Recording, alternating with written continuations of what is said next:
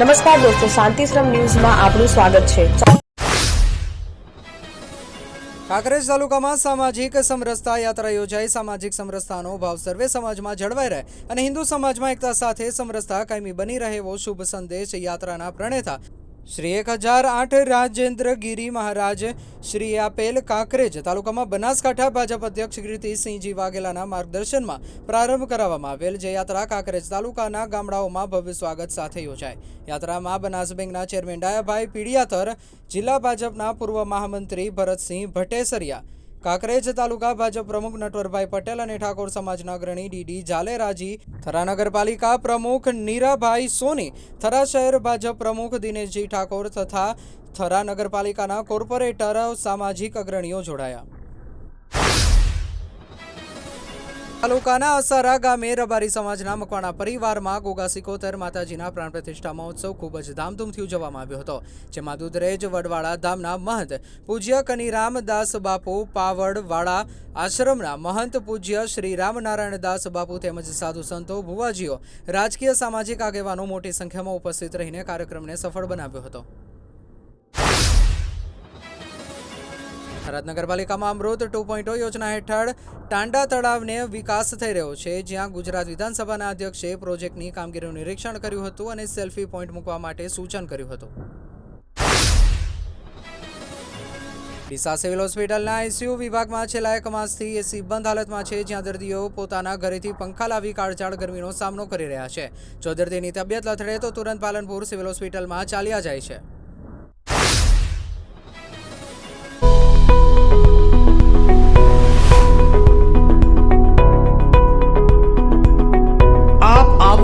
આજે દિયોદરમાં બનાસ ડેરી સંચાલિત ઉમંગ મોલમાં જ્યાં આપને મળશે બનાસ ઘી, બનાસની ચા, નવરસ તેલ સહિતની જીવન જરૂરિયાત તેમજ કરિયાણું તથા કોસ્મેટિક ચીજ વસ્તુઓ તેમજ પશુહાર સામગ્રી મળશે વ્યાજબી દરે। આજે સંપર્ક કરો ઉમંગ મોલ, ખીમાળા બાબર હાઈવે, તિરુપતિ સોસાયટીની સામે બ્રિજના છેડે।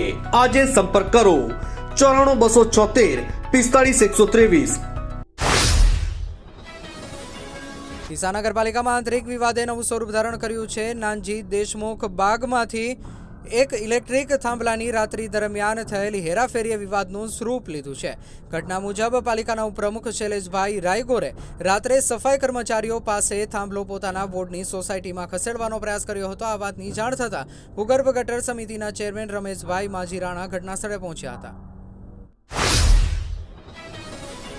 પાલનપુરમાં લક્ષ્મીપુરા ગામનું પાણી વોર્ડ નંબર 9માં થઈને બેચરપુરામાં દર વર્ષે ભરાઈ જાય છે। તેના ઉકેલ માટે લક્ષ્મીપુરાથી એરોમા સર્કલ સુધી 1.61 કરોડના ખર્ચે 400 મીટર લાંબી 1000 અને 600 ડાયામીટરની પાઇપલાઇનની કામગીરી હાથ ધરાઈ છે।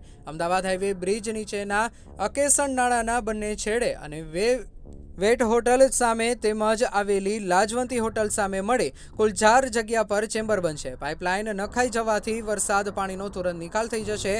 પાછલા કેટલાક દિવસોથી બેચરપુરા નાળાથી વરસાદી પાણી નિકાલ માટે પાઇપલાઇન નાખવાનું શરૂ કરવામાં આવ્યું છે। પાલનપુર તાલુકાના મોટી ભટામલ ગામે આવેલા પેટ્રોલ પંપ પર થયેલી લૂંટના કેસમાં પોલીસે 2 આરોપીની ધરપકડ કરી છે। 11 એપ્રિલ 2025ની રાત્રે 4 શખ્સોએ મોટરસાયકલ પર આવી પેટ્રોલ પુરાવાના બહાને કર્મચારી પાસેથી કુહાડીની અણીએ ₹25,000ની લૂંટ ચલાવી હતી। જિલ્લા પોલીસ વડા અક્ષયરાજ મકવાણા અને નાયબ પોલીસ અધિક્ષક જે ગામિતના માર્ગદર્શન હેઠળ પાલનપુર તાલુકા પોલીસે તપાસ હાથ ધરી હતી। પીઆઈ MR બારોટની આગેવાનીમાં વિવિધ ટીમો બનાવવામાં આવી હતી।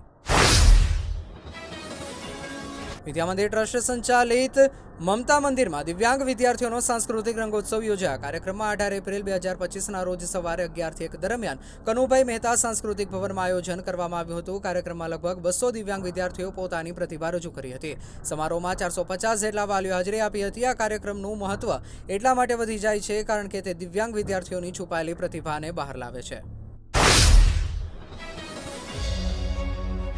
ઉત્તર ગુજરાતનો એકમાત્ર multi city mall happy mall જે આવેલ છે જિલ્લાના વેપારી મથકો દિયોદર, ભાભર, રાધનપુર, વરાહી અને થરાદમાં, જ્યાં મળશે આપને વ્યાજબી દરે જીવન જરૂરિયાતની તમામ વસ્તુઓ તેમજ કપડાં, ગિફ્ટ આર્ટિકલ, પ્લાસ્ટિકની તમામ સામગ્રી, ક્રોકરી અને બીજું ઘણું બધું વધારે।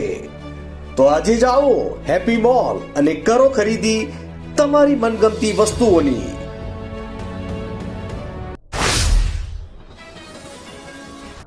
જગતગુરુ શંકરાચાર્ય વાસુદેવ નંદન સરસ્વતી ગિરિબાપુ આજે અંબાજી મંદિરે પધાર્યા હતા. તેઓ ઝેડ કેટેગરી સુરક્ષા સાથે મંદિર પરિસરમાં આવ્યા હતા. તેમની સાથે સીઆરપીએફ અને ઉત્તર પ્રદેશ પોલીસના જવાનો પણ તૈનાત હતા. અંબાજી મંદિર ટ્રસ્ટના પદાધિકારીએ જગતગુરુનું ભવ્ય સ્વાગત કર્યું હતું. જગતગુરુએ મંદિરની બહારથી મા અંબાના દર્શન કર્યા હતા. જોકે તેમની સાથે આવેલ સંતોને ગર્ભગૃહમાં દર્શન ન થતા નારાજગી વ્યક્ત કરી હતી. વાવ તાલુકાના લોણાદરી ગામે પૂરતું પાણી ન આવતા હવાડા ખાલીખમ પડ્યા હતા. આ અંગે તંત્ર સમક્ષ રજૂઆતો કરવા છતાં કોઈ કામગીરી થઈ નથી. આખરે ગામના યુવાનોએ સ્વખર્ચે ટેન્કર મગાવી હવાડામાં પાણી ભર્યું હતું. 14મી એપ્રિલ ભારત રત્ન બાબા સાહેબ આંબેડકરની જન્મજયંતિ નિમિત્તે હિન્દુ ધર્મના લોકોમાં સામાજિક સમરસતા બની રહે માટે બનાસકાંઠાના અંબાજીથી નીકળેલ સામાજિક સમરસતા યાત્રા દિયોદર ખાતે આવી પહોંચતા દરેક સમાજના લોકો દ્વારા સામાજિક સમરસતા યાત્રાનું ભવ્ય સ્વાગત કરવામાં આવ્યું હતું. તો યાત્રા દિયોદરના રેલવે બ્રિજ પરથી શહેરના વિવિધ માર્ગો પર થઈ પસાર થઈ હતી.